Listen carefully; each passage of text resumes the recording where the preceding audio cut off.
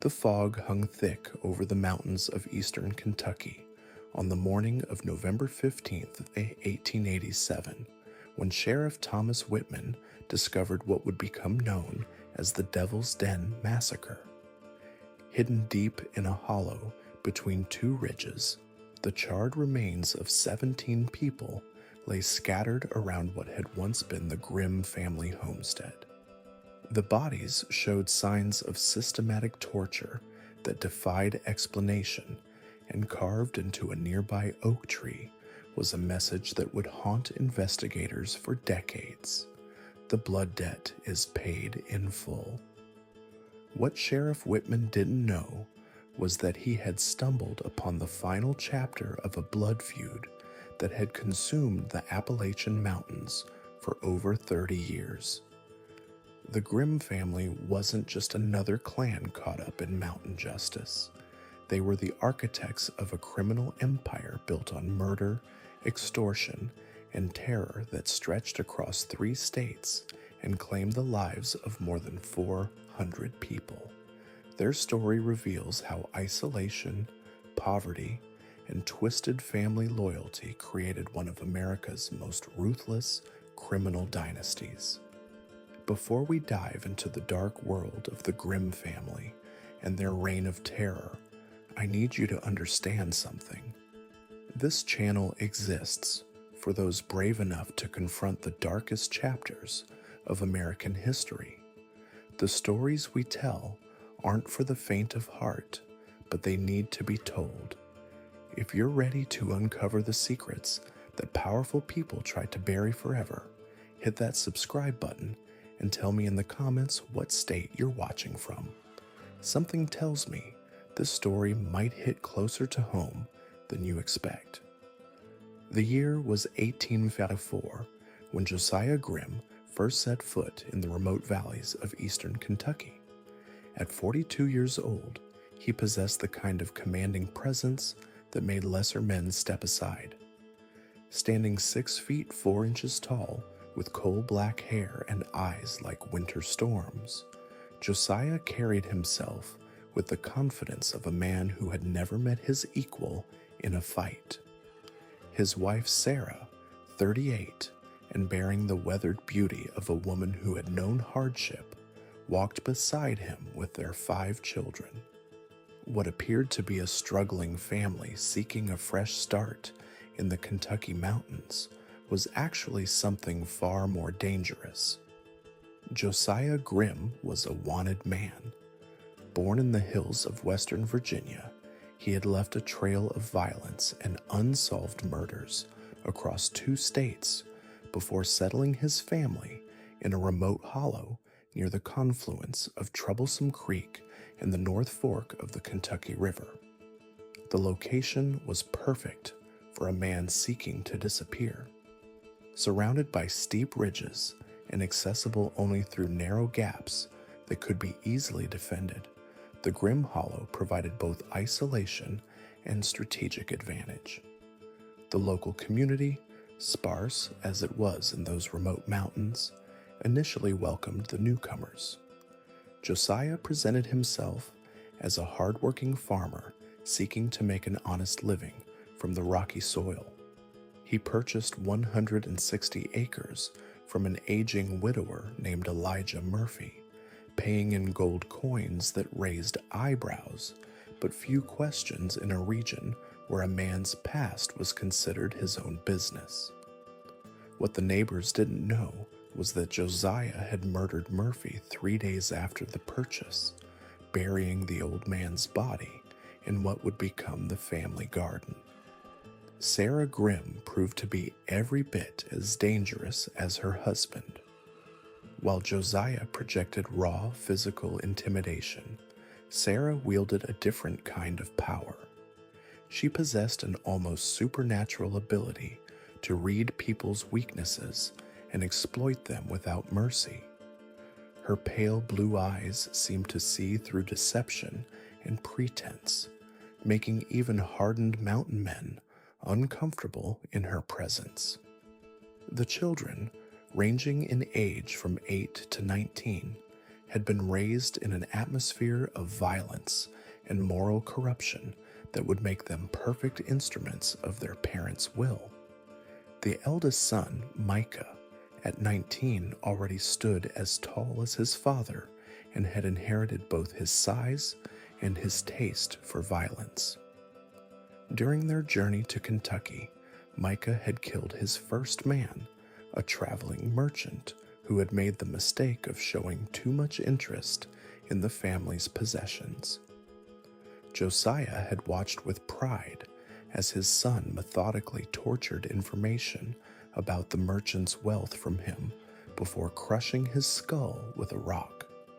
It was a rite of passage in the Grimm family tradition. Ezra, 17, lacked his brother's physical presence, but compensated with a razor-sharp intellect and complete absence of conscience. He could calculate profit margins while watching a man die and showed remarkable aptitude for the kind of detailed planning that would make the family's future operations so devastatingly effective. The younger children, Rebecca 15, Caleb 13, and little Mary just 8 years old, had been systematically desensitized to violence from their earliest memories. They viewed murder not as sin, but as family business.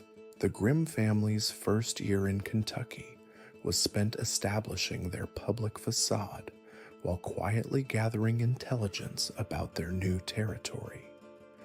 Josiah worked his land during the day, creating the appearance of legitimate farming, while Sarah befriended neighboring women, learning about local families, their resources, and their vulnerabilities. The children attended the one-room schoolhouse in the nearest settlement, where they charmed teachers and classmates while mapping out the social and economic landscape of the region. What the community didn't realize was that the Grimms were conducting a systematic survey of potential victims and opportunities. Every conversation was analyzed for useful information. Every social gathering was scouted for signs of wealth or weakness. The first murder occurred in the spring of 1855 when Samuel Hutchins, a prosperous merchant who operated a trading post at the mouth of Troublesome Creek, made the fatal mistake of refusing Josiah's offer to sell him supplies at below-market prices. Hutchins had accumulated considerable wealth by maintaining honest relationships with both mountain families and outside buyers, but his success had made him a target for the Grimm family's attention. On a foggy morning in April, Hutchins was found dead in his store, apparently killed during a robbery that had netted the thieves nearly $3,000 in cash and trade goods. The local sheriff, a decent but overwhelmed man named William Crawford, conducted what he believed to be a thorough investigation. He questioned local residents, examined the scene, and followed up on rumors, but found no solid leads. What Sheriff Crawford didn't know was that Sarah Grimm had been carefully cultivating a friendship with his wife for months, gathering information about his investigation methods and schedule. The murder had actually been planned with military precision. Micah and Ezra had spent weeks studying Hutchins' routines, learning when he was alone in the store and when he made his bank deposits. They had entered through a back window that Sarah had noticed was poorly secured during her shopping visits. The killing itself had been swift and efficient, with Hutchins never having a chance to defend himself or raise an alarm. More importantly, the Grimms had established an elaborate alibi system that would become their trademark.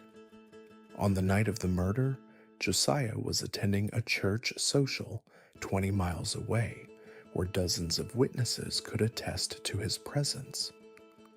Sarah was visiting a sick neighbor, tending to a woman who whose illness she had actually caused through the gradual administration of small doses of poison. The children were all accounted for through various social activities that had been carefully arranged weeks in advance.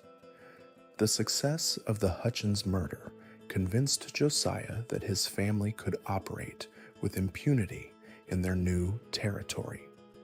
The local law enforcement was inadequate. The community was isolated enough to limit outside interference, and the mountain terrain provided countless hiding places for both people and evidence. More importantly, the family had discovered that their careful planning and systematic approach made them nearly unstoppable. Over the following months, the Grimm family began expanding their operations. They started small, targeting isolated homesteaders and traveling merchants who wouldn't be missed immediately. Each murder was carefully planned and executed with the same attention to detail that had made the Hutchins killing so successful. Bodies were disposed of in the countless caves and ravines that honeycombed the mountains, while alibis were established through an increasingly complex network of social obligations and community activities. Sarah proved particularly gifted at creating opportunities for murder. She would befriend potential victims, learning about their habits and vulnerabilities while positioning herself to provide the family with crucial intelligence. Her reputation as a caring neighbor and devoted church member gave her access to homes and information that would have been impossible for Josiah or the boys to obtain. She could suggest meeting places, recommend travel routes, and even create situations where victims would be isolated and vulnerable. The children, meanwhile, were being trained in increasingly sophisticated criminal techniques. Micah developed into a skilled tracker and marksman capable of stalking victims through the treacherous mountain terrain without detection. Ezra showed remarkable talent for forgery and financial manipulation, skills that would prove invaluable as the family's operations expanded. Even young Rebecca and Caleb were given roles appropriate to their ages, serving as lookouts and messengers while learning the family trade. By the end of 1855, the Grimm family had claimed 12 victims and accumulated nearly $10,000 in cash and valuables, a fortune in the impoverished mountains of eastern Kentucky. But money was only part of their motivation.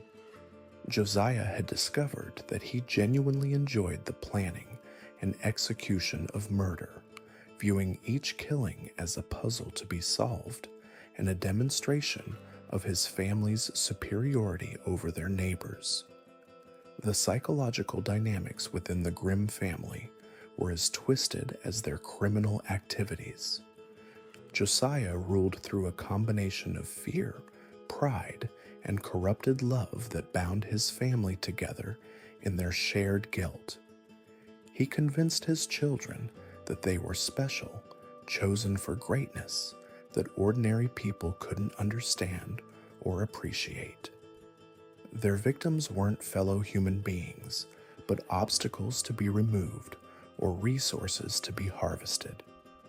Sarah reinforced these lessons through a distorted version of maternal nurturing that rewarded violence and cunning while punishing any sign of conscience or mercy. She taught her children that the world was divided into predators and prey, and that their family's survival depended on never allowing themselves to become victims. Love in the Grimm household was measured by one's willingness to kill for the family's benefit. The community remained largely unaware of the danger living in their midst. The Grimms had established themselves as model citizens, active in church and community affairs, always ready to help neighbors in times of need. Josiah served on the school board, Sarah organized church socials, and the children were praised by teachers for their intelligence and good behavior. When people began disappearing, the Grimms were among the most vocal in expressing concern and offering assistance to search parties. This careful cultivation of respectability would prove to be one of the family's greatest strengths.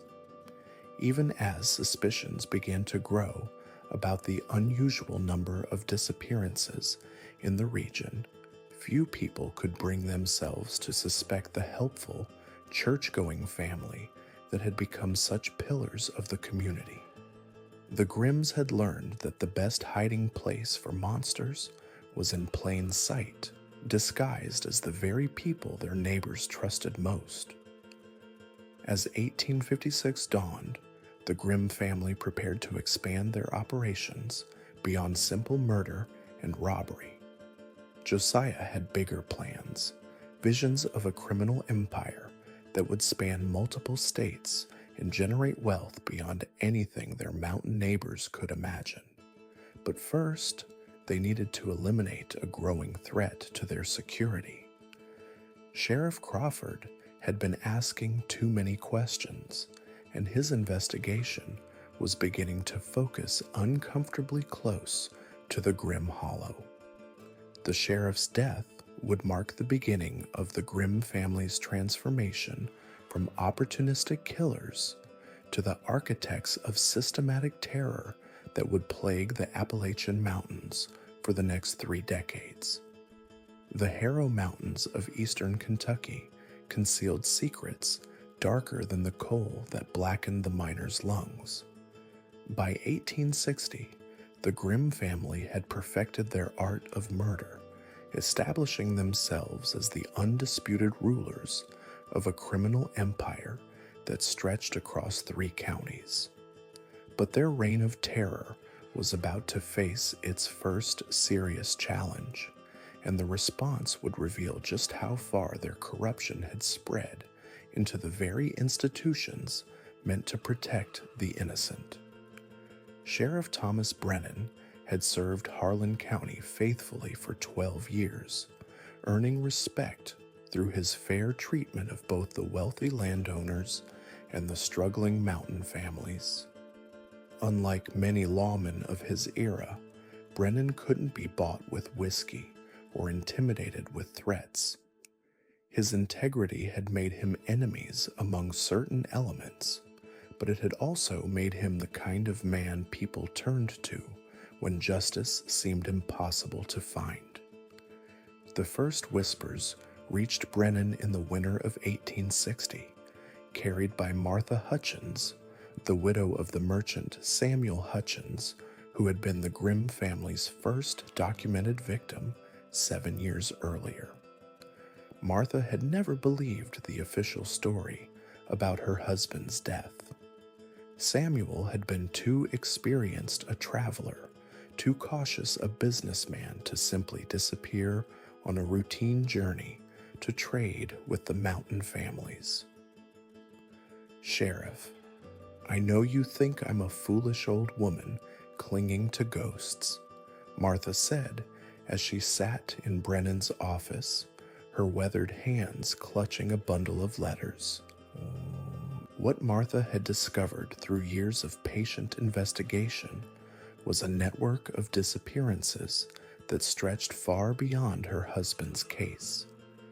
Merchants who had traveled to trade with the Grimms, revenue agents who had gone to investigate whiskey operations in their territory, even other mountain families who had attempted to establish competing criminal enterprises. All had vanished without a trace, leaving behind widows and children who were too terrified to speak openly about their suspicions. Look at these dates, Sheriff, Martha continued, spreading the letters across Brennan's desk. Every single disappearance happened within 2 weeks of someone having dealings with the Grimm family. She pulled out a carefully drawn map marked with red X's. Brennan studied the evidence with growing unease. As a lawman, he'd heard rumors about the Grimm family for years. They were known to be involved in moonshining, cattle rustling, and various other illegal activities that were common enough in the mountains. But what Martha was suggesting went far beyond typical criminal behavior. She was describing systematic murder on a scale that seemed almost impossible to believe. "Mrs. Hutchins, these are serious accusations," Brennan said carefully. "Do you have any direct evidence?" Martha's face fell slightly. "That's the problem, Sheriff. Anyone who might have witnessed something is either dead or too frightened to talk." The woman Martha brought to meet Brennan 3 days later was barely recognizable as human. Sarah McKinney had once been the wife of a small-time bootlegger who had tried to establish operations in territory the Grimms considered theirs. That had been 2 years ago. Now she was a broken creature who jumped at every sound and spoke in whispers when she spoke at all. "They took my husband first," Sarah told Brennan, her voice barely audible, said he was trespassing on their land, operating without permission. "I thought they'd just rough him up, maybe destroy his equipment." What followed was the most disturbing testimony Brennan had ever heard in his years as a lawman.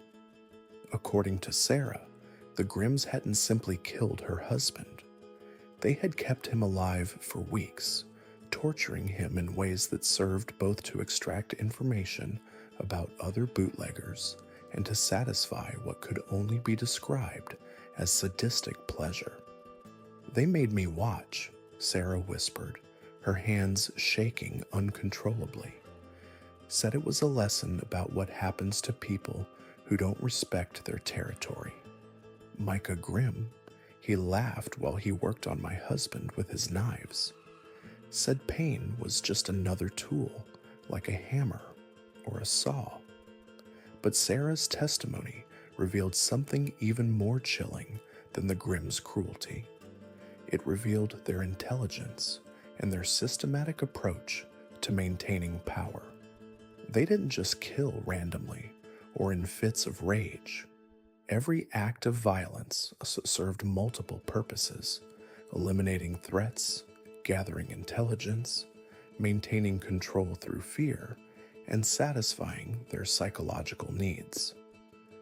They knew everything about everyone in a 50-mile radius, Sarah continued. Who owed money to whom, who was feuding with their neighbors, which wives were unhappy with their husbands, which children were rebellious. The Grimms had also developed an extensive network of informants and collaborators. Some were willing accomplices who shared in the profits from their criminal activities. Others were coerced through blackmail or threats against their families. A few were simply people who had been broken by fear and torture until they would do anything to avoid further suffering. There's judges taking their money, Sarah revealed, revenue agents who warn them about federal investigations, even some preachers who use their pulpits to discourage people from talking to outsiders about mountain affairs. The Grimms don't just control their own territory. This revelation explained why the Grimm family had been able to operate with such impunity for so long. They hadn't simply been lucky or clever. They had systematically corrupted the very institutions that should have stopped them.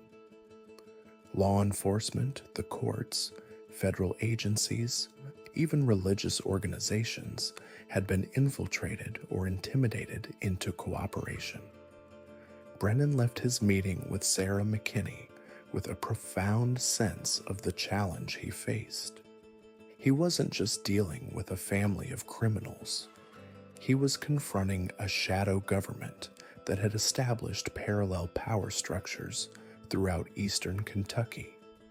The Grimms had created a system where their word was law, where justice existed only at their discretion, and where anyone who challenged them faced not just their personal vengeance, but the coordinated opposition of corrupted officials at every level. But Thomas Brennan was not a man easily deterred. If anything, the scope of the Grimm family's corruption only strengthened his resolve to bring them to justice.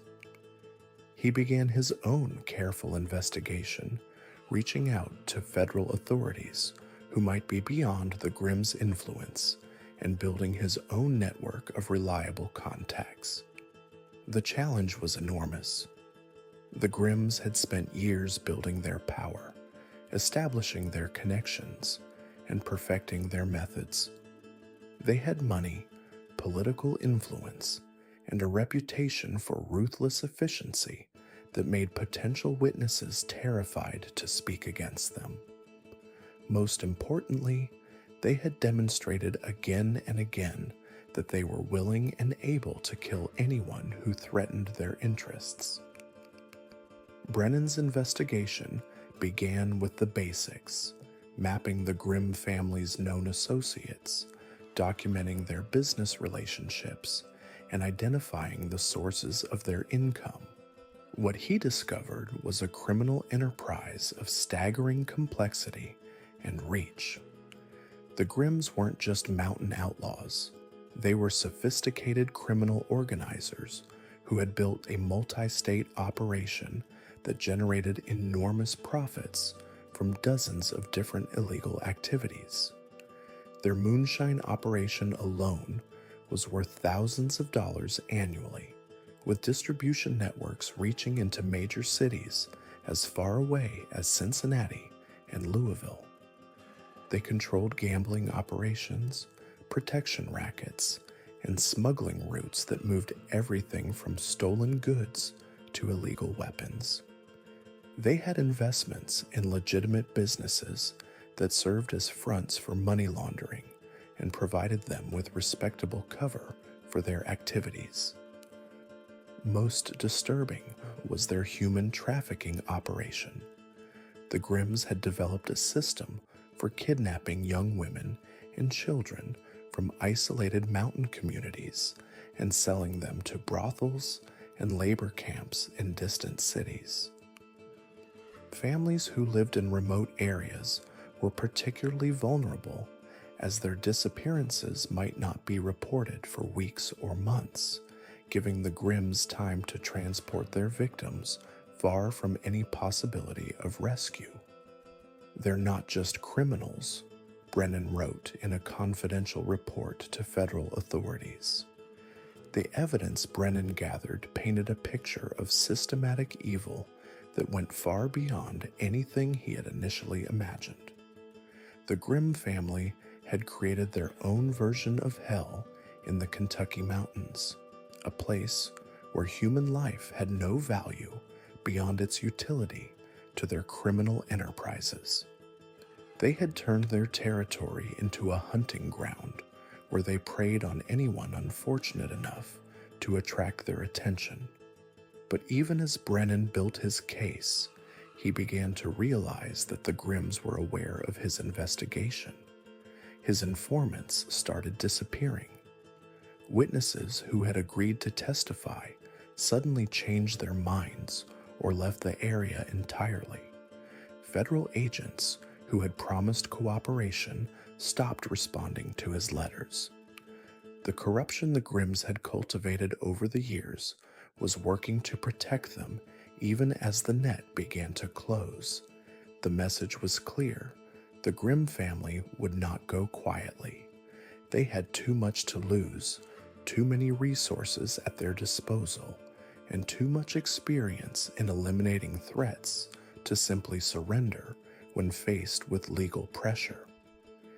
If Sheriff Thomas Brennan wanted to bring them to justice, he would have to be prepared for a war against an enemy that had spent decades preparing for exactly this kind of confrontation.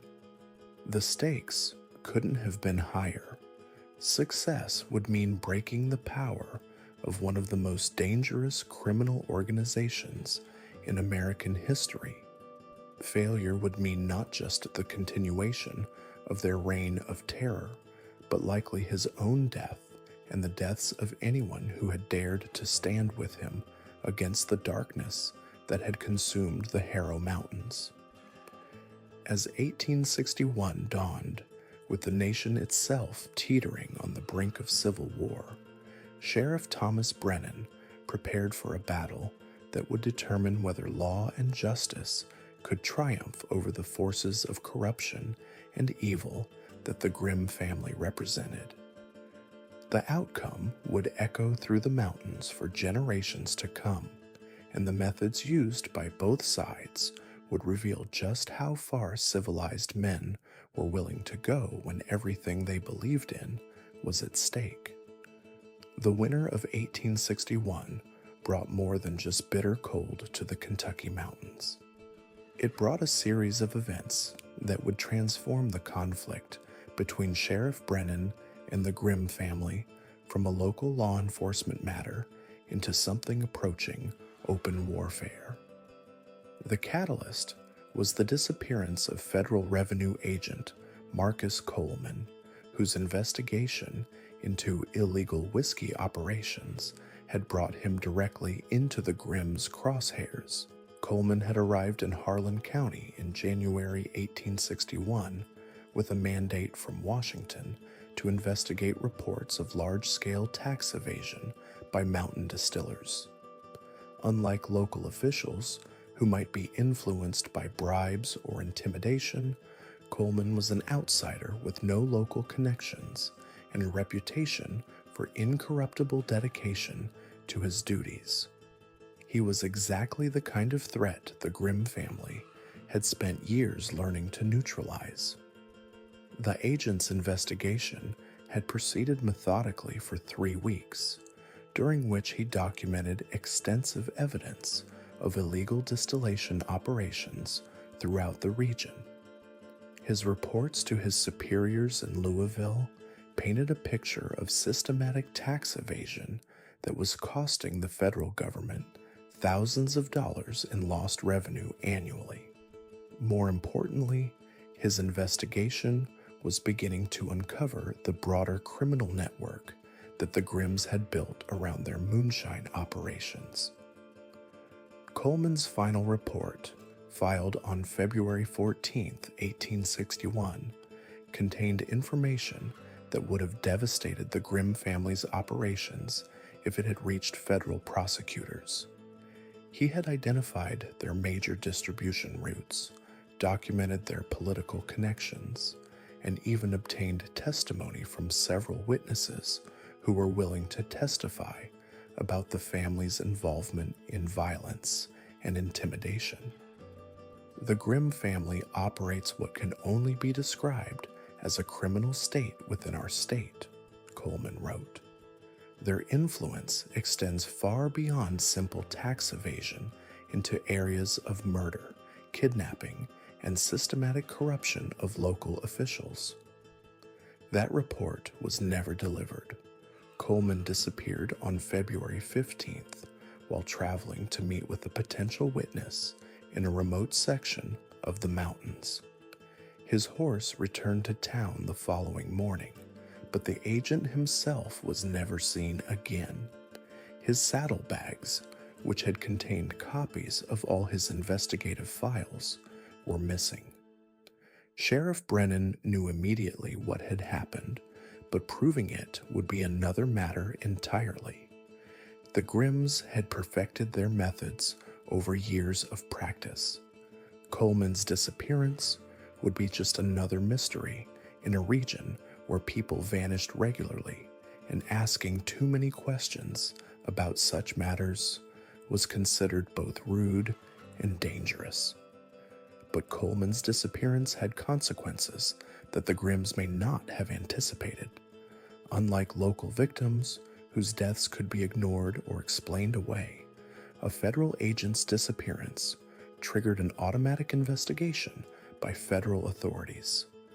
Within days, teams of federal marshals began arriving in the area, armed with warrants and authority that transcended local corruption. The federal response was led by Marshal William Harrison, a veteran law enforcement officer who had dealt with organized criminal groups throughout the frontier regions. Harrison was not the kind of man who could be bought, intimidated, or fooled by the elaborate deceptions that had protected the Grimms for so long. He brought with him a team of deputies who were similarly incorruptible and a mandate from Washington to use whatever force was necessary to restore federal authority in the region. Harrison's first meeting with Sheriff Brennan revealed the scope of the challenge they faced. Brennan shared his evidence about the Grimm family's criminal activities, including Sarah McKinney's testimony and the documentation he had gathered about their various illegal enterprises. What emerged was a picture of a criminal organization that had essentially replaced legitimate government throughout much of eastern Kentucky. They're not just breaking the law, Harrison observed after reviewing Brennan's files. They've created their own law. They've established a parallel system of authority that operates completely outside constitutional government. This isn't just a criminal investigation anymore. The marshal's assessment was more accurate than he might have realized. The Grimm family had indeed created their own version of government in their territory, complete with their own courts, their own enforcement mechanisms, and their own system of taxation through extortion and tribute. They had established something that resembled the feudal systems of medieval Europe more than anything that belonged in 19th century America. Harrison's investigation quickly confirmed what Brennan had suspected about the extent of corruption in local institutions. Several county officials were found to be on the Grimm family's payroll. Court records had been falsified to hide evidence of their crimes. Even some federal employees in the region had been compromised through bribes or threats. The depth of this corruption meant that conventional law enforcement methods would be insufficient. The Grimms couldn't simply be arrested and tried in local courts because they controlled those courts. They couldn't be investigated through normal channels because they had informants throughout the system. Any attempt to gather evidence against them was immediately reported back to them, allowing them to eliminate witnesses and destroy documentation. We're going to have to approach this more like a military operation than a criminal investigation, Harrison told Brennan during one of their planning sessions. They've created a fortress of corruption around themselves. The siege began in March 1861 with a series of coordinated raids on Grimm family operations throughout the region. Federal marshals, supported by federal troops, struck simultaneously at moonshine operations, gambling dens, and other criminal enterprises. The goal was not just to gather evidence, but to demonstrate that the Grimm's power was not absolute, and that federal authority could reach even into their strongholds. The raids were successful in disrupting the family's operations and capturing significant evidence of their criminal activities. But they also triggered a response that revealed just how far the Grimms were willing to go to protect their empire. Within days of the raids, 3 federal deputies were found dead, killed in what appeared to be carefully planned ambushes. Their bodies bore signs of torture that matched the methods Sarah McKinney had described in her testimony about her husband's fate. The message was clear. The Grimm family would not submit to federal authority without a fight. They had too much invested in their criminal empire, too much to lose if they were brought to justice, and too much confidence in their ability to outlast any government investigation. They had survived local challenges before, and they believed they could survive this one as well. But the federal response was unlike anything the Grimms had faced previously. Instead of backing down in the face of violence, Marshal Harrison escalated the conflict. He requested additional troops from the War Department and began treating the situation as what it essentially was, an armed rebellion against federal authority. The conflict that followed would later be remembered as the Harrow Mountain War, though few outside the region ever learned the full details of what occurred during those violent months. Federal forces established fortified camps throughout the area and began systematic operations to locate and destroy the Grimm family's bases of operation. The Grimms responded with guerrilla tactics, using their intimate knowledge of the mountain terrain to strike at federal forces and disappear before retaliation could be organized. The violence escalated throughout the spring and summer of 1861, even as the nation itself descended into civil war. In some ways, the conflict in the Kentucky mountains was a preview of the larger war that would soon consume the entire country. It was a struggle between established authority and those who refused to accept that authority, between law and those who believed themselves above the law, between civilization and the darkness that lurked in the wild places of America. The Grimm family's resistance was more effective than federal authorities had expected. They had spent years preparing for exactly this kind of confrontation, building hidden strongholds throughout the mountains and establishing supply caches that allowed them to sustain prolonged resistance. They had also cultivated relationships with other criminal groups throughout the region, creating a loose confederation of outlaws who shared their interest in maintaining independence from federal authority. More troubling was the support the Grimms received from some segments of the local population.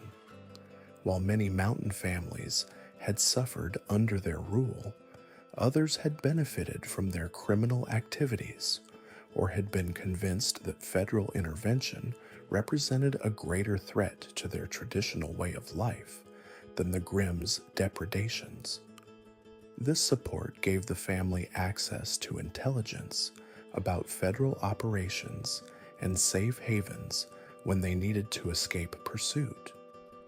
The conflict reached its climax in the autumn of 1861 with the Battle of Devil's Den, the confrontation that would finally break the Grimm family's power, but would also reveal the true extent of the darkness they had brought to the Kentucky mountains. What federal forces discovered in the Grimms' stronghold would shock even hardened veterans and provide evidence of crimes that went far beyond anything previously imagined. The battle itself lasted 3 days and involved more than 200 federal troops against an estimated 50 defenders. The Grimms had chosen their ground well, establishing their final stronghold in a natural fortress of caves and rock formations that was nearly impregnable to direct assault. Federal forces were forced to lay siege to the position, using artillery to bombard the approaches and gradually tightening the noose around the defenders. The fighting was brutal and personal in a way that regular military engagements rarely were. This wasn't a conflict between opposing armies fighting for abstract political principles. This was a final confrontation between the forces of law and order and criminals who had terrorized the region for decades. Both sides understood that there could be no compromise, no negotiated settlement.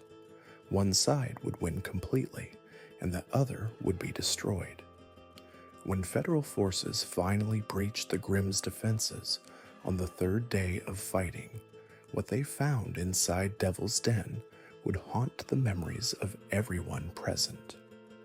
The caves weren't just a military stronghold, they were a monument to human evil, a place where the Grimm family had perfected their arts of torture and murder over the course of many years. The evidence discovered in those caves would provide prosecutors with material for dozens of murder charges and would reveal the true scope of the Grimm family's crimes. But it would also raise disturbing questions about how such evil could have flourished for so long in the heart of America, and whether the darkness the Grimms represented had been truly defeated or had simply been driven deeper underground. The Battle of Devil's Den ended the Grimm family's reign of terror in eastern Kentucky, but it would not end their story. Some members of the family escaped the final confrontation and disappeared into the vast wilderness of the American frontier.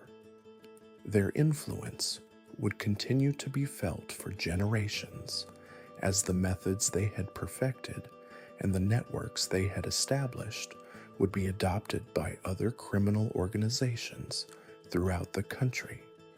The autumn of 1862 brought with it more than just the usual harvest season to the remote valleys of eastern Kentucky. It brought federal investigators, drawn by reports that would shake the very foundations of what Americans thought they knew about the families who had carved their lives from these unforgiving mountains. Hidden in the records of the Union Army's 14th Kentucky Infantry Regiment, sealed away for over a century and only recently declassified, lies documentation of discoveries so disturbing that even battle-hardened Civil War soldiers struggled to comprehend what they had uncovered. What they found in those mist-shrouded hollows wasn't just another family surviving through violence and moonshine. They found evidence of systematic brutality that had been passed down through generations like a twisted inheritance. They found the Harlan family, whose very name would be spoken in whispers for decades to come, and whose methods of survival made the Grimm family's organized criminality look almost civilized by comparison. The first hint that something was fundamentally wrong in Harlan County came not from law enforcement or military intelligence, but from the desperate plea of a 9-year-old girl who stumbled into a Union Army camp near Cumberland Gap in September 1862. Covered in blood that wasn't her own, speaking in the distinctive mountain dialect that many soldiers could barely understand, she told a story that the commanding officers initially dismissed as the traumatized fantasies of a child who had witnessed too much wartime violence. "They ain't people no more," she kept repeating, her small hands shaking as she clutched a corn husk doll that had been soaked in something dark and sticky. "They ain't been people for a long time." The girl, who would only give her name as Mary and refused to provide any family surname, had walked barefoot through 30 miles of treacherous mountain terrain to reach the Union camp. Her feet were torn and infected, her clothes were little more than rags, and her eyes held the hollow stare that soldiers recognized in their own comrades who had seen too much death. But it wasn't her physical condition that disturbed the men who interviewed her. It was the way she spoke about the Harlan family as if they represented something beyond human comprehension.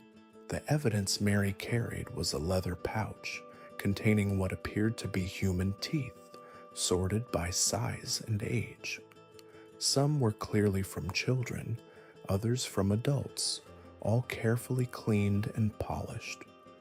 When questioned about the teeth, Mary explained matter-of-factly that the Harlans kept them as trophies, that every person who entered their territory and never left contributed to the family's collection. She spoke of rooms lined with bones, of cellars where people were kept alive for weeks before being used for purposes she couldn't fully articulate, and of family gatherings where the consumption of human flesh was not just practiced, but celebrated as a sacred tradition. Grandpappy Ezekiel, he started it all, Mary told Captain Morrison during one of their interviews, conducted in the presence of the regimental chaplain, who had insisted on being present to comfort what he assumed would be a traumatized child recounting wartime atrocities. Back when his daddy's daddy was still alive, they learned that people meat makes you stronger than any other kind, makes you live longer too. What emerged from Mary's testimony, given over the course of several days, as she slowly regained her strength and her trust in the soldiers who had rescued her, was a picture of a family that had abandoned conventional morality so completely that they had created their own twisted ecosystem of survival. The Harlans weren't simply criminals who occasionally killed for profit or revenge. They were systematic predators who had turned human hunting into both an art form and a religious practice. According to Mary, the Harlan family compound consisted of the main house, where the patriarch Ezekiel Harlan ruled over his extended family, several outbuildings that served various purposes in their hunting operations, and an extensive network of caves and underground chambers that had been modified over generations to serve as prisons, processing facilities, and storage areas for their gruesome harvests. The family had been operating in this manner for at least 4 generations, with each successive patriarch adding new refinements to their methods and expanding their territory through a combination of fear, violence, and the systematic elimination of anyone who might pose a threat to their operations. The Harlans had survived and thrived in one of the most isolated and lawless regions of America by becoming something that transcended ordinary human evil. They had become a force of nature, as much a part of the mountain landscape as the wolves and bears that other settlers feared. But unlike animals who killed for food or territory, the Harlans killed for reasons that seemed to combine sustenance, pleasure, religious devotion, and an almost scientific curiosity about the limits of human suffering. Captain Morrison's initial skepticism began to erode when Mary led a small scouting party to a location approximately 15 miles from the Union camp, where she claimed the Harlans had maintained one of their hunting blinds. What the soldiers found there confirmed the most disturbing aspects of her testimony and convinced even the most hardened veterans that they were dealing with something unprecedented in their experience of human evil. The hunting blind was a carefully constructed series of camouflaged positions overlooking a mountain trail that served as one of the few passages through that section of the Kentucky mountains. Travelers using the trail would be completely exposed to observation and attack from the hidden positions, with no possibility of escape once the Harlans had decided to take them. But it wasn't the tactical sophistication of the ambush site that disturbed the investigating soldiers. It was the evidence of what happened to the people who were captured there. Scattered around the hunting blind were personal belongings that told the story of dozens of victims. Wedding rings and jewelry, children's toys, family photographs, religious medals, and other intimate possessions that people carry when they're traveling to start new lives or visit distant relatives. The belongings had been sorted and organized with an almost obsessive attention to detail, suggesting that the Harlans didn't simply rob their victims, but studied them, learned about their lives and relationships, perhaps even derived some form of psychological satisfaction from understanding the full scope of the loss they were inflicting. More disturbing were the physical modifications that had been made to the natural landscape around the hunting blind. Trees had been carved with symbols that appeared to serve as some form of record-keeping system, documenting the number and types of victims taken at each location. Sergeant William Hayes, who had learned to read Cherokee symbols during his service in the Indian Territory, noted that some of the carvings appeared to be influenced by Native American pictographs, but had been modified into something entirely different, something that seemed designed to record not just the fact of death, but the manner and duration of dying. The soldiers also discovered what appeared to be processing areas where victims had been systematically dismembered and prepared for transport back to the main family compound. The evidence suggested a level of organization and efficiency that spoke to generations of refinement in their methods. This wasn't the work of madmen acting on impulse. This was the product of a family tradition that had been passed down and perfected over decades of practice. When Captain Morrison's report reached his superiors, the response was swift and decisive. The mission was assigned to Major Robert Blackwood, a veteran officer whose previous experience included campaigns against hostile Native American tribes in the Western Territories and counterinsurgency operations against Confederate guerrilla forces in Missouri.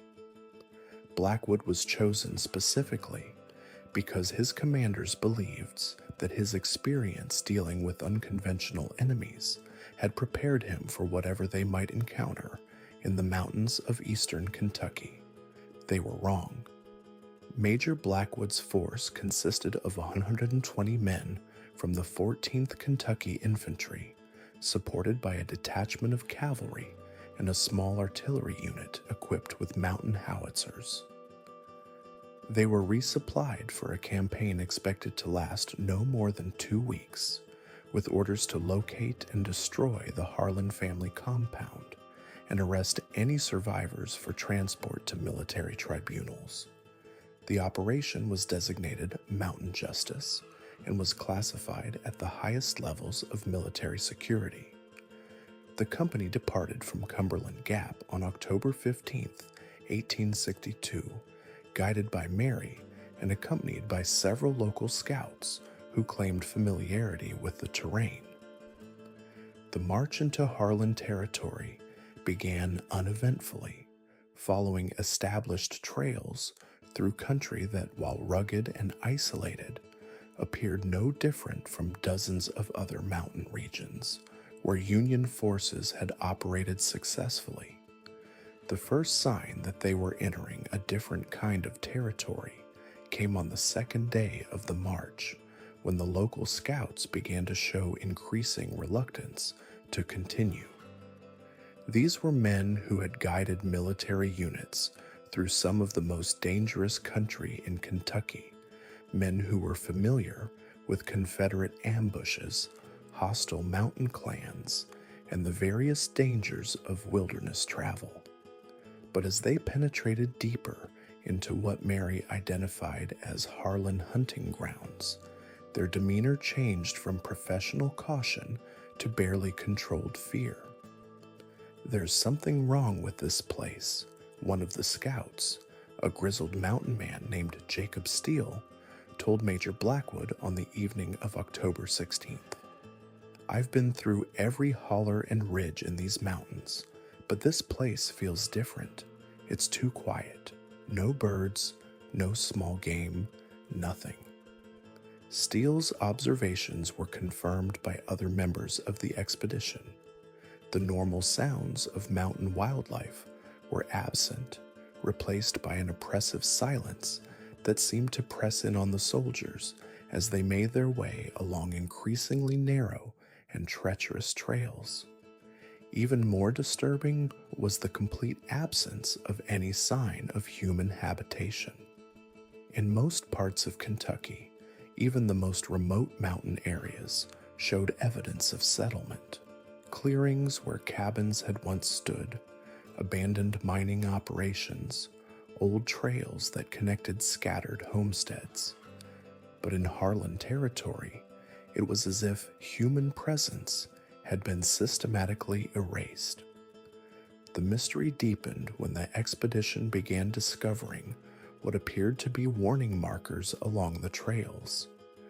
These weren't the typical boundary markers used by mountain families to delineate their property.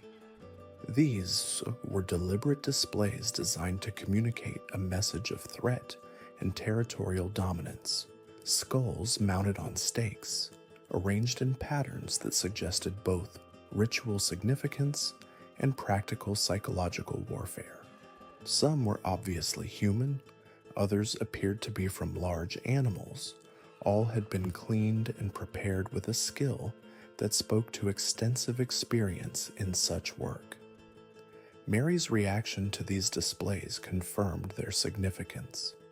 The 9-year-old girl, who had shown remarkable resilience and composure during the early stages of the expedition, became increasingly agitated as they encountered more of the skull markers.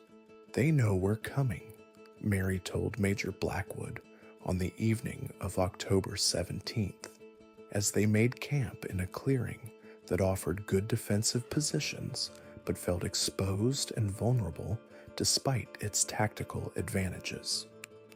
"They've known since we crossed into their land." Major Blackwood, a rational man with a military education and extensive combat experience, found himself struggling to dismiss the girl's warnings as superstitious nonsense. There was something about the atmosphere of the place, something about the systematic way that normal mountain life had been eliminated from the region, that suggested they were indeed entering territory controlled by forces that operated according to rules very different from conventional human behavior. The first direct evidence of the Harlan family's presence came on the morning of October 18th, when the expedition's advance scouts discovered what appeared to be a recent campsite approximately 2 miles ahead of the main column. The site showed signs of having been occupied within the previous 24 hours, but what the scouts found there defied easy explanation. The campsite had been arranged around a large fire pit that contained the remains of what forensic examination would later confirm was a mixture of human and animal bones. Surrounding the fire pit were several smaller excavations that appeared to have been used for food preparation, but the tools and implements scattered around the area suggested methods of butchering and cooking that bore no resemblance to conventional practices. Most disturbing was a series of wooden stakes arranged in a circle around the campsite, each topped with what appeared to be a human head in various stages of decomposition. The heads had been prepared using preservation techniques that kept them recognizable while allowing for a gradual process of decay that seemed designed to maximize psychological impact. Some were recent enough that their expressions of terror and agony were still clearly visible. Others had been reduced to skull and dried flesh. suggesting that this particular campsite had been used repeatedly over an extended period.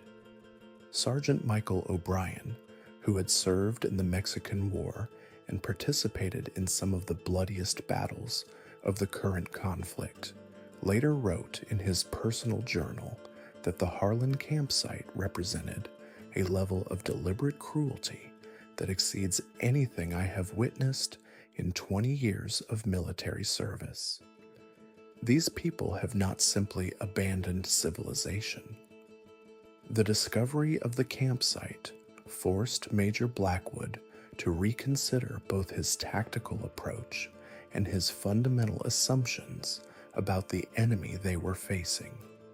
The evidence suggested that the Harlans were not simply a criminal family that had turned to cannibalism as a survival strategy. They were organized, systematic, and operating according to a coherent philosophy that treated human hunting and consumption as both practical necessity and sacred ritual. More immediately concerning was the tactical situation that the campsite revealed. The Harlans clearly knew about the expedition's presence and movements. They had abandoned this particular site recently, but in an organized fashion that suggested they were falling back to prepared positions rather than fleeing in panic. The arrangement of the heads around the campsite was clearly intended as a message, a demonstration of what fate awaited those who entered Harlan territory with hostile intentions.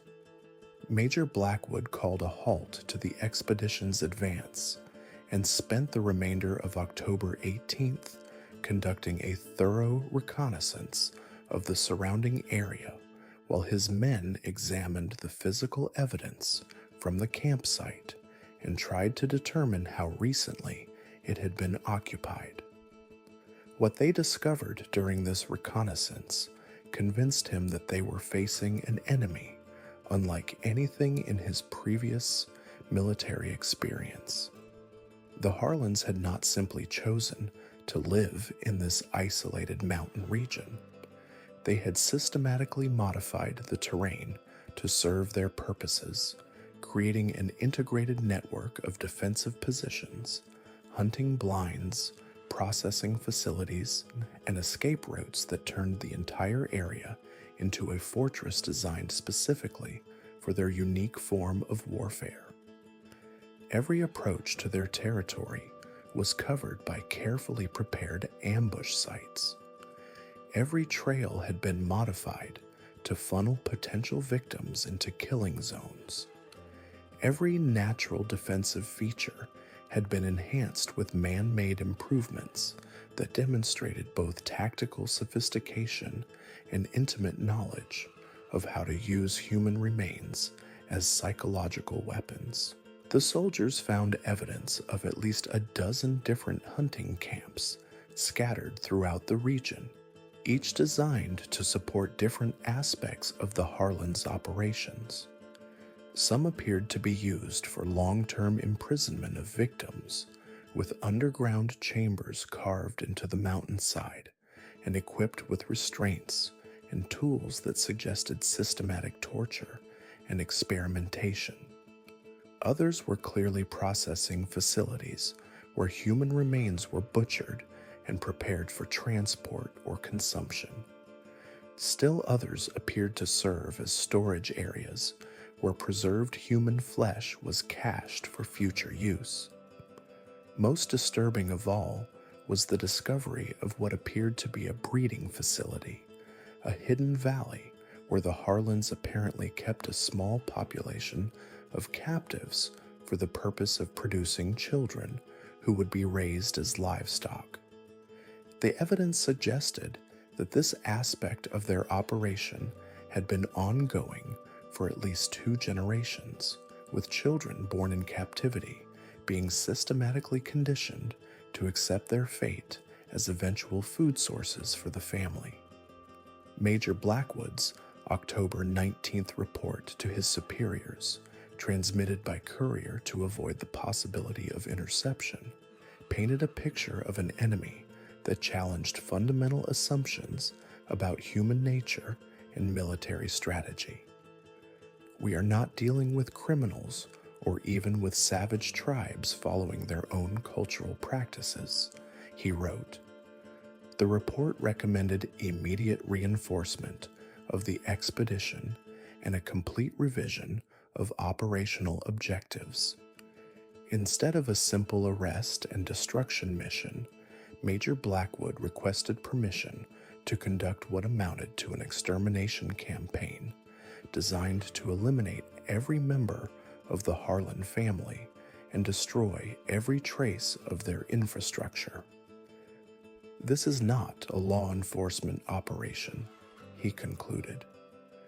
The response from military headquarters was swift and unequivocal. Major Blackwood was authorized to use any means necessary to eliminate the Harlan threat, with additional reinforcements being dispatched immediately and a complete communication blackout imposed on all aspects of the operation.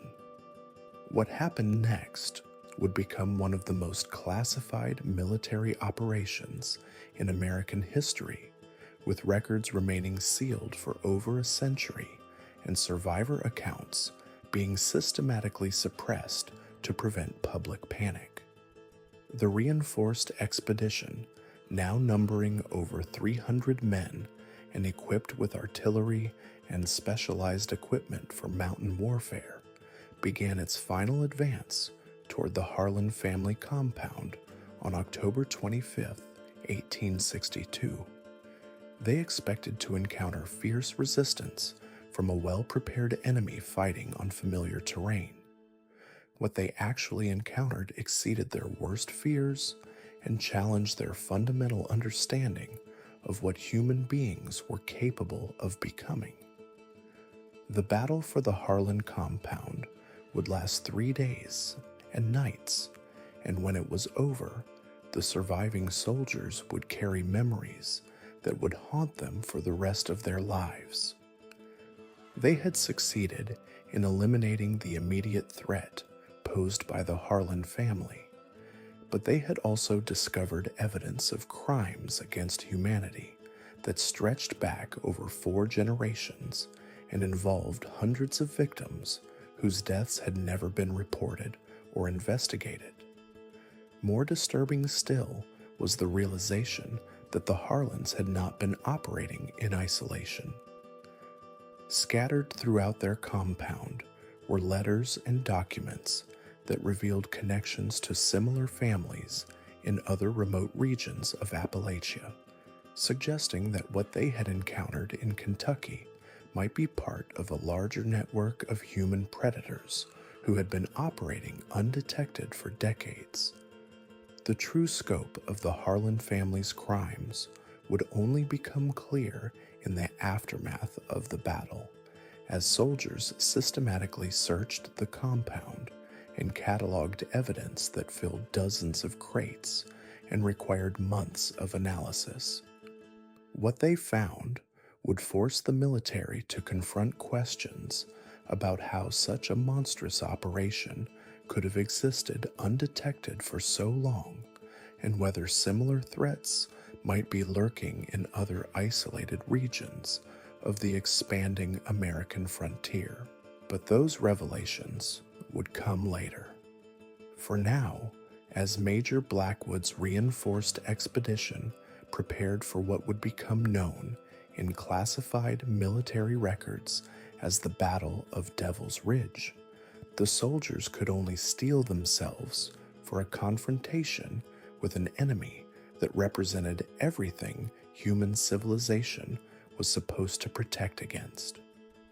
The winter wind howled through the Cumberland Mountains as Sheriff Thomas Brennan's investigation into the Grimm family murders suddenly took a horrifying turn.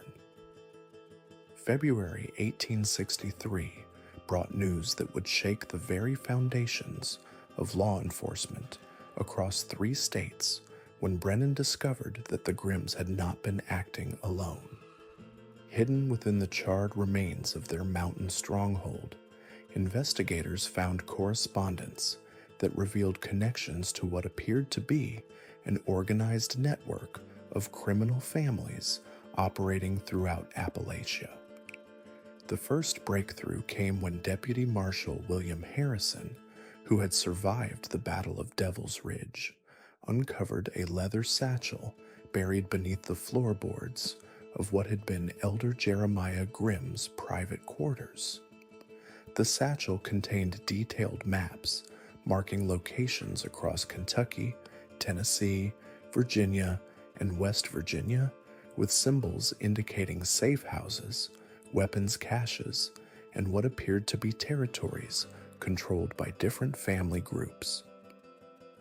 Marshal Harrison brought these findings to the attention of federal authorities in Washington, where Assistant Attorney General Morrison assigned a special task force to investigate what was becoming clear was not simply a regional criminal family, but part of a broader conspiracy that threatened the stability of the entire Appalachian region.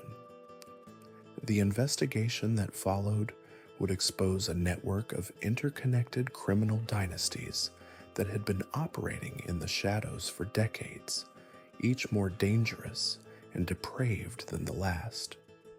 The first family to draw federal attention was the Blackwood clan, whose patriarch, Silas Blackwood, had been corresponding regularly with Elder Jeremiah Grimm about territorial disputes and shared business ventures.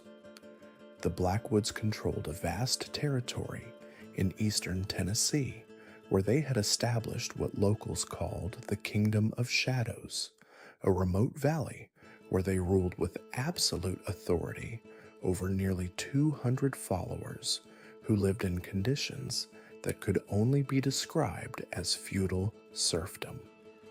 Unlike the Grimms, who had maintained some pretense of legitimate business activities, the Blackwoods made no attempt to hide their contempt for outside authority. They had declared their territory independent of both state and federal law, establishing their own courts, their own currency, and their own brutal system of justice.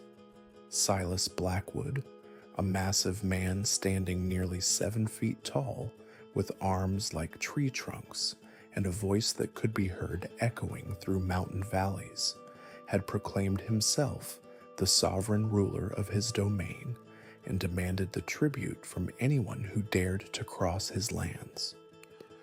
The Blackwood compound, built into the side of a mountain and accessible only through a series of narrow, easily defended passes, resembled a medieval fortress more than a family homestead.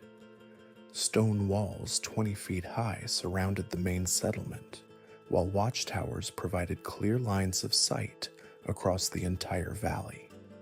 Within these walls lived Silas's extended family, including his 7 sons, each of whom commanded their own band of followers and controlled specific aspects of the family's criminal enterprises. Daniel Blackwood, the eldest son at 34, oversaw what the family called their acquisition operations, which involved the systematic kidnapping of travelers, isolated settlers, and anyone else who possessed something the Blackwoods wanted.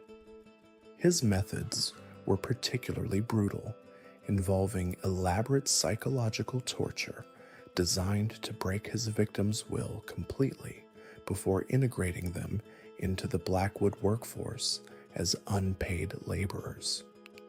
Those who resisted or proved unsuitable for labor were subjected to what Daniel termed educational demonstrations for the benefit of other captives. Marcus Blackwood, the second son, managed the family's extensive counterfeiting operation, which produced fake currency, forged documents, and counterfeit goods that were distributed throughout the region. His workshop, hidden deep within the mountain caves that honeycombed the area beneath the compound, contained printing presses, engraving tools, and chemical equipment that would have been impressive in any legitimate manufacturing facility. The quality of Marcus's work was so exceptional that his counterfeit bills were accepted without question in banks as far away as Nashville and Louisville. The third son, Joshua Blackwood, commanded what the family called their enforcement division, a group of nearly 50 armed men who served as both the family's military force and their means of maintaining control over their territory. Joshua's men were recruited from among the most violent criminals in the region, men who had been driven from civilized society by their appetites for cruelty and bloodshed. Under Joshua's leadership, they conducted raids against settlements that refused to pay tribute, eliminated witnesses to the family's activities, and maintained the climate of fear that kept local authorities from attempting to investigate Blackwood operations. The younger Blackwood sons each controlled specialized aspects of the family business. Samuel managed their extensive network of informants and spies, individuals who had been placed in positions throughout Tennessee and neighboring states to provide advance warning of law enforcement activities and to identify potential targets for acquisition. Benjamin oversaw the family's human trafficking operations, which involved the systematic capture and sale of young women to brothels and private collectors throughout the South and West. Thomas controlled their weapons manufacturing and smuggling network, producing firearms, ammunition, and explosives that were sold to Confederate forces, Union sympathizers, criminal organizations, and anyone else willing to pay their prices. The youngest Blackwood son, Nathan, was perhaps the most disturbing member of the entire family. At only 19 years old, he had already earned a reputation for cruelty that shocked even his hardened relatives.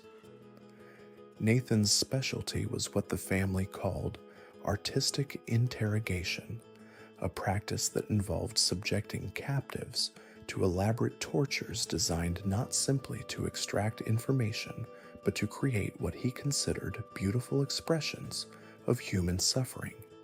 His workshop, located in the deepest sections of the underground complex, contained devices and implements that defied description, tools of torment that he had designed and crafted himself with the skill of a master artisan and the imagination of a madman. The Blackwood family's correspondence with the Grimms revealed the extent of their cooperation and the sophisticated nature of their criminal network. They had established a system of mutual support that included sharing intelligence about law enforcement activities, coordinating their operations to avoid conflicts over territory or targets, and providing assistance to each other when faced with external threats.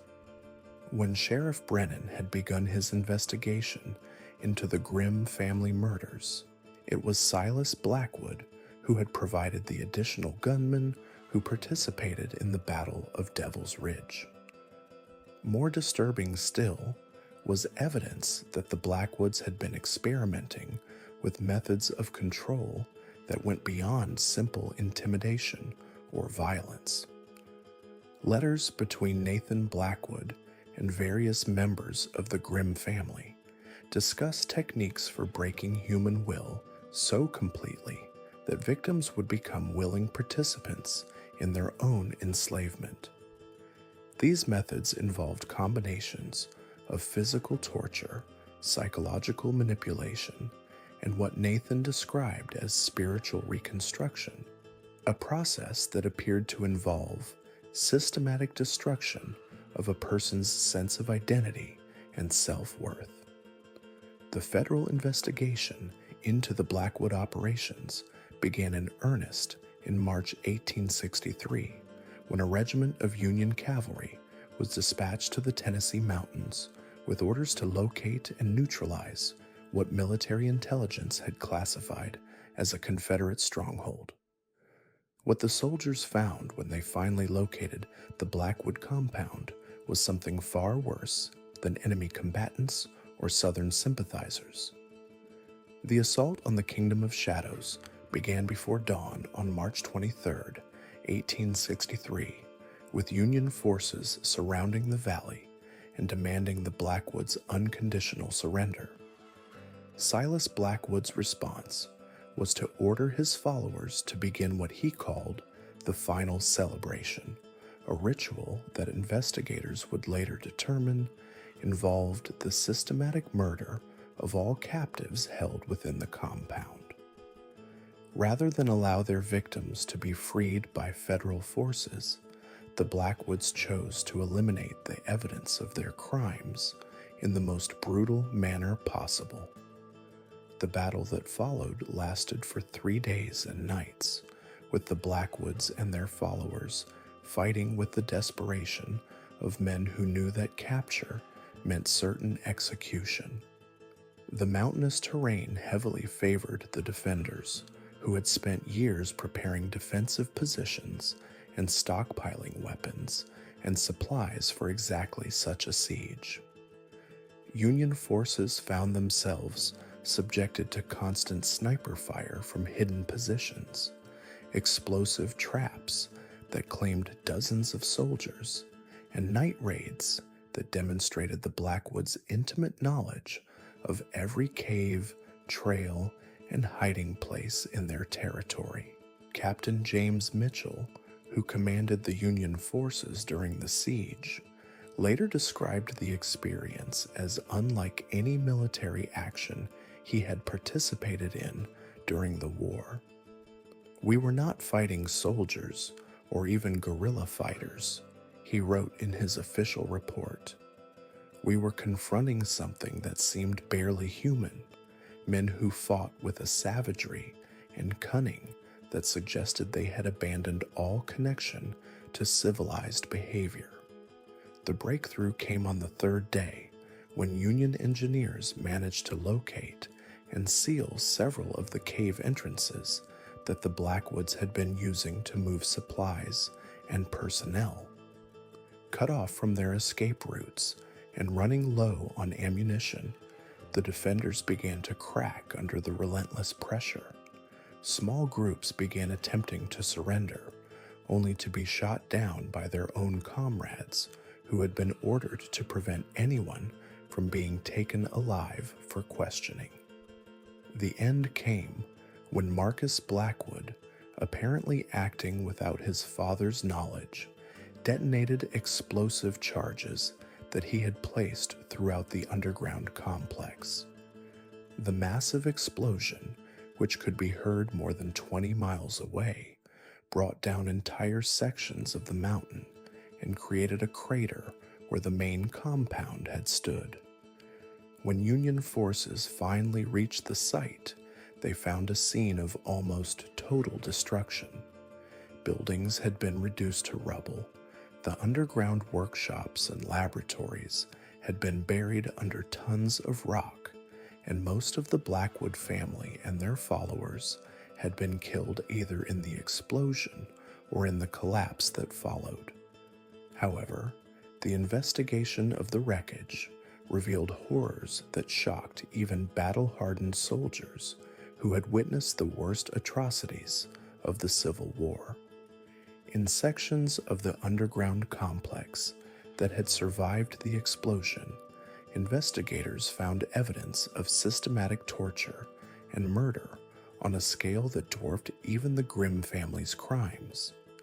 Chambers filled with human remains in various states of decomposition, workshops containing devices designed specifically for inflicting pain, and detailed records documenting experiments that appeared to have been conducted on living subjects over periods of months or years. Most disturbing was the discovery of what appeared to be a breeding program designed to produce children who could be trained from birth to serve the Blackwood family's purposes. Records indicated that the family had been kidnapping pregnant women and holding them captive until their children were born, then raising those children within the compound according to carefully designed protocols intended to create completely obedient followers.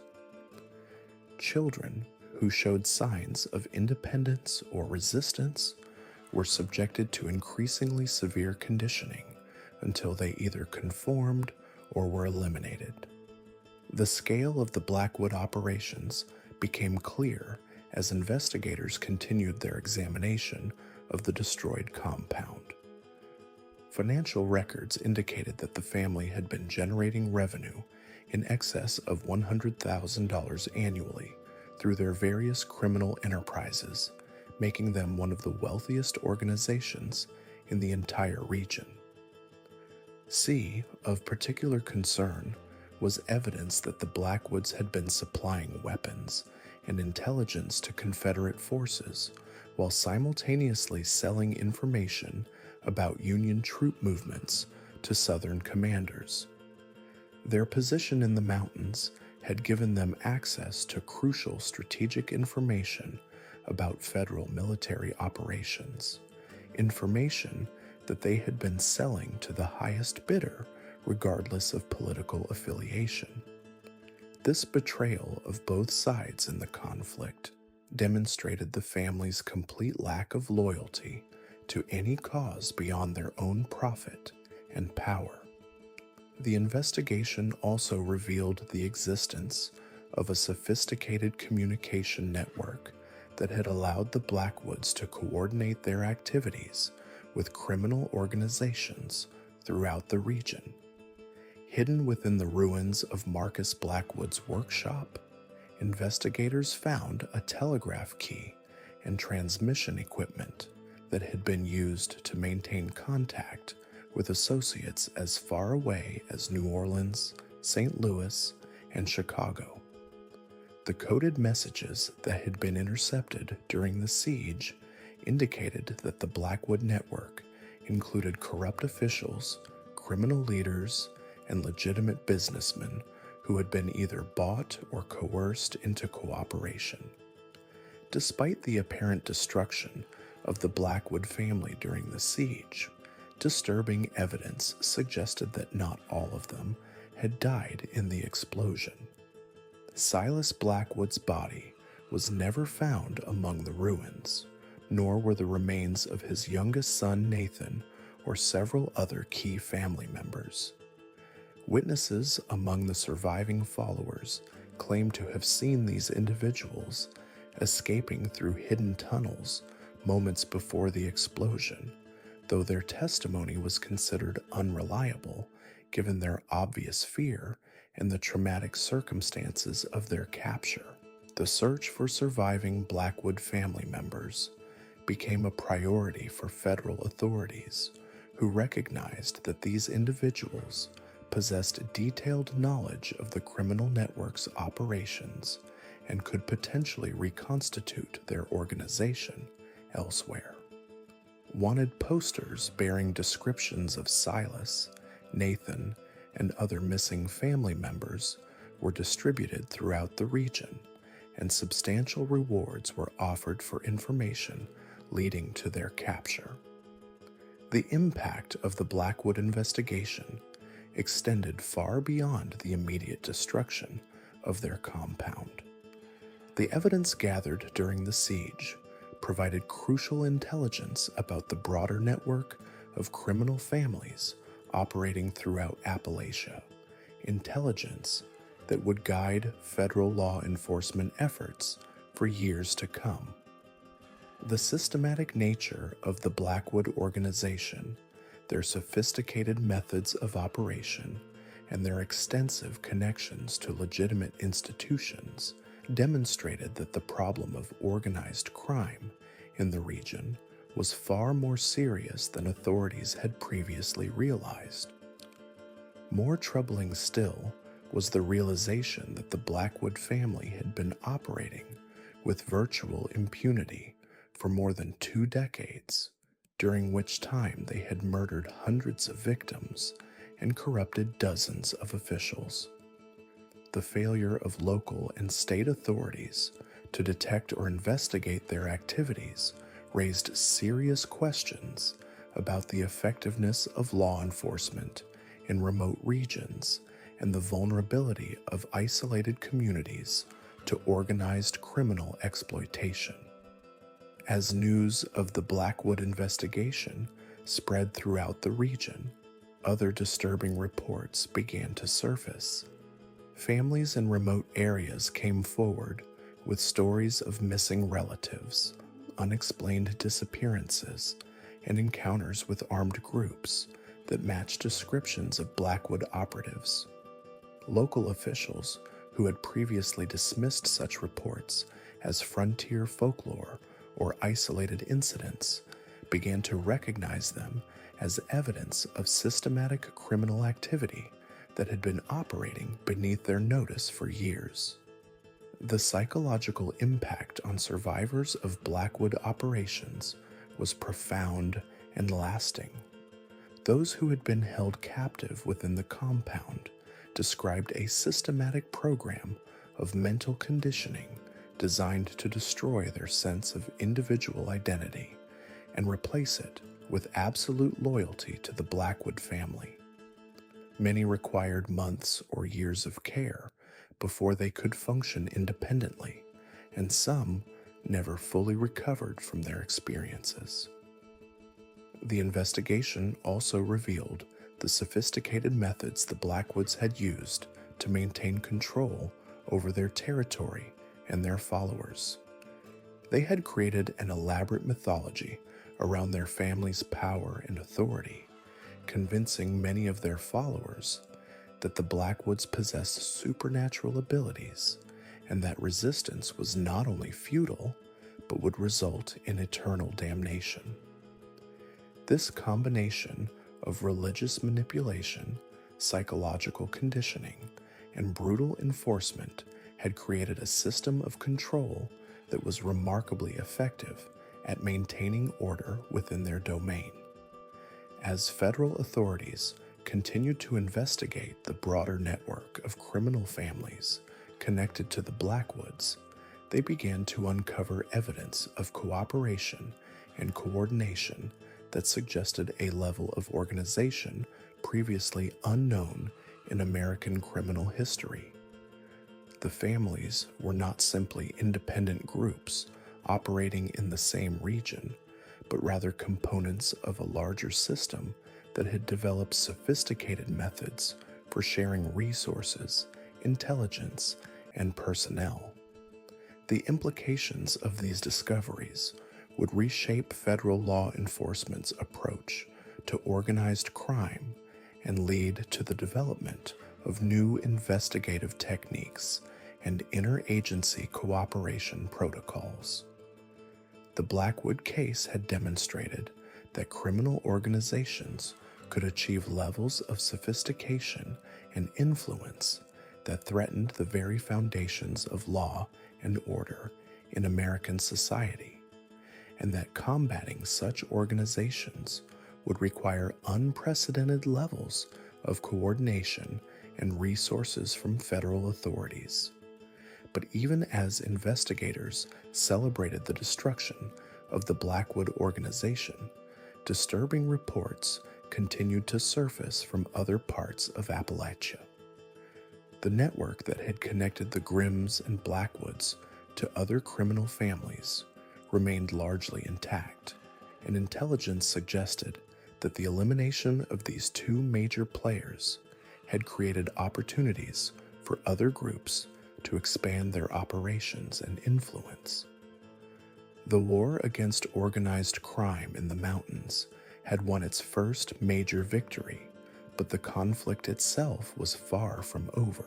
The winter of 1863 brought news that would confirm federal authorities' worst fears about the scope and sophistication of the criminal network operating throughout Appalachia. The Bennett family arrived in Harlan County, Kentucky, in the spring of 1864, drawn by promises of coal wealth and isolated mountain valleys where a man could live by his own rules. What the Confederate deserters and Union Army refugees who settled in those hollers didn't realize was that they were walking into the territory of the most sophisticated criminal organization in post-Civil War Appalachia. Ezekiel Bennett, the family patriarch, had fled Georgia after burning out 3 rival families in a land dispute that left 14 people dead. His 5 sons, Cain, Abel, Seth, Jonah, and Samuel, had learned violence as a trade, murder as a craft, and terror as a business model. By 1865, they controlled nearly 40 square miles of the most remote Kentucky mountains, ruling through a combination of strategic marriages, calculated brutality, and what locals whispered was an unholy alliance with forces that decent folk didn't dare name. The Bennett compound, built into a natural fortress of limestone cliffs and dense forest, became the headquarters for operations that would make the previous criminal families look like common thieves.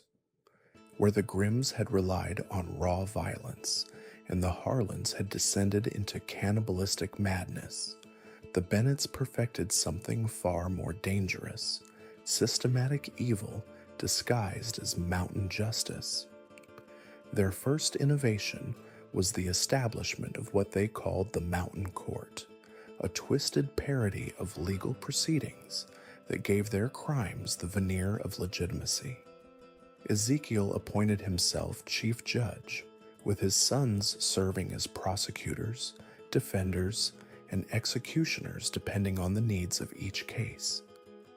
Local families who crossed Bennett interests would find themselves summoned to midnight trials held in a natural amphitheater deep in the mountains, where torchlight flickered off carved symbols that predated Cherokee settlement by centuries. The proceedings followed a grotesque ritual. Accused parties would be presented with charges that ranged from the mundane to the impossible: theft of Bennett property, disrespect to Bennett authority, failure to pay Bennett taxes, or the catch-all offense of corrupting the mountain's spiritual harmony. Evidence was presented by Bennett loyalists. Testimony was given by witnesses who had been coerced or bought, and verdicts were predetermined by the family's business interests. What made these mountain courts particularly terrifying was their elaborate sentencing structure. Minor offenses resulted in what the Bennetts called blood debt, requiring the guilty party to provide labor, property, or family members to the Bennett operation. More serious crimes warranted flesh tribute, a system of ritualized torture that could last for weeks. The most severe sentences involved soul harvest, a process so disturbing that even hardened mountain folk would cross themselves when speaking of it. Sarah Mitchell, whose husband disappeared after a Bennett trial in 1866, provided testimony years later that revealed the true horror of these proceedings. They made it seem like law, she recounted to federal investigators. There were rules and procedures, formal language, and careful records.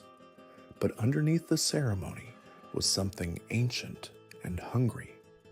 The Bennett family's control extended through a network of what they termed mountain wardens, local enforcers who carried Bennett authority throughout the region. These men, identifiable by distinctive scarification on their forearms and necks, served as tax collectors, intelligence gatherers, and executioners. Unlike simple hired guns, the wardens underwent initiation rituals that bound them psychologically and spiritually to Bennett leadership through methods that combined frontier superstition with calculated psychological manipulation. The initiation process, as described by Marcus Fowler, a former warden who eventually fled to Ohio, involved 3 phases designed to break down individual identity and rebuild it around Bennett loyalty. The first phase, called the hollowing, required candidates to spend 7 days alone in designated caves while consuming only water and a bitter tea made from local plants that induced vivid hallucinations. During this period, Bennett family members would visit the candidates, appearing as voices in the darkness that offered guidance, comfort, and eventually commands. The second phase, the marking, involved the ritualistic scarification that identified wardens throughout the region. But according to Fowler's testimony, the scarring process was accompanied by the consumption of a substance he described as black honey, a mixture that contained human blood, locally harvested mushrooms, and compounds that created powerful psychological dependence. After the marking ceremony, Fowler recalled, "You belonged to them completely. Your thoughts weren't your own." The final phase, the binding, required new wardens to participate in what the Bennetts called a judgment trial, typically the execution of someone who had crossed family interests. This first kill created both legal complicity and psychological trauma that the Bennett leadership expertly manipulated to ensure absolute obedience. Wardens who showed signs of wavering loyalty would be reminded of their participation in these executions, creating a web of mutual criminality that made betrayal seem impossible. By 1867, the Bennett network included over 200 wardens operating across eastern Kentucky, southwestern Virginia, and eastern Tennessee. Their activities generated enormous wealth through a combination of extortion, human trafficking, illegal mining operations, and what federal investigators would later classify as one of the most sophisticated counterfeiting operations in American history. The counterfeiting enterprise, managed by Seth Bennett, who had learned printing techniques during a brief stint in Louisville before the war, produced not only currency, but also legal documents, military discharge papers, and identity credentials that allowed Bennett associates to operate throughout the reconstructed South. More disturbingly, they forged government correspondence and military orders that enabled them to impersonate federal authorities, giving their criminal activities official sanction. This capability proved crucial during the violent labor disputes that erupted across Appalachian coal country in the late 1860s. When mining companies needed strikebreakers or union organizers required elimination, the Bennetts could produce authentic-looking federal marshals, military officers, or Pinkerton agents who would arrive with proper documentation and legal authority to arrest, transport, or execute troublemakers.